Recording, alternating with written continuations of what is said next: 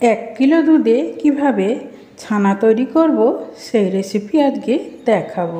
এখানে দুধটা প্রথমে আমি জাল দিয়ে নিচ্ছি, তারপর লেবুর রসটা নিংড়ে নেব। 1 কিলো দুধের জন্য আমি এখানে 3 চামচ লেবুর রস ব্যবহার করব। লেবুটা নিংড়ে নিচ্ছি। এরপর এই 3 চামচ লেবু রসের সাথে আমি দিয়ে দেব 3 চামচ জল।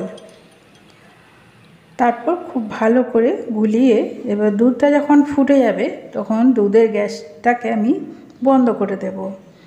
তারপর ওপর থেকে এই লেবু জলটা দিয়ে দেব।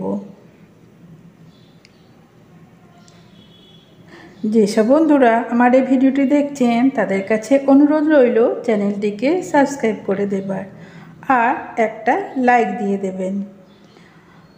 এরপর একটা চামচের সাহায্যে আমি এটাকে নাড়াতে থাকব। দেখুন খুব সুন্দর একটা ছানা তৈরি হয়ে যাবে।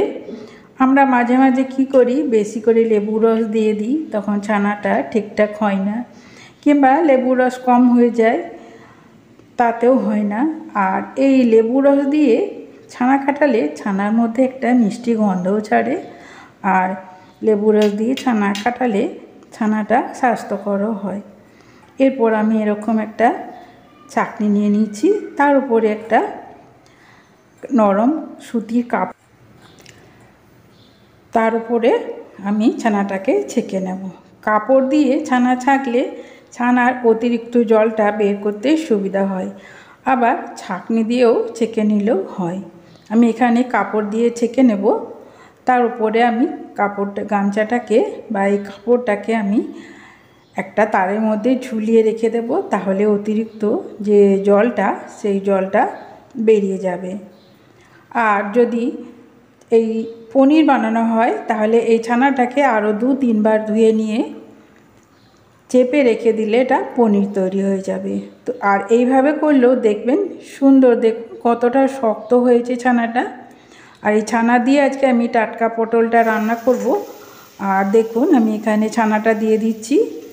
দেখুন কত সুন্দর হয়েছে ছানাটা। ছানাটা কিন্তু বেশ শক্ত হয়েছে।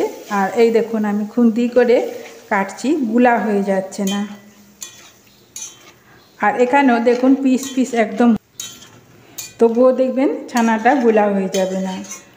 আর তরকারিতে এইরকম ছানা বানিয়ে তরকারি করলে স্বাদও খুব সুন্দর হয়।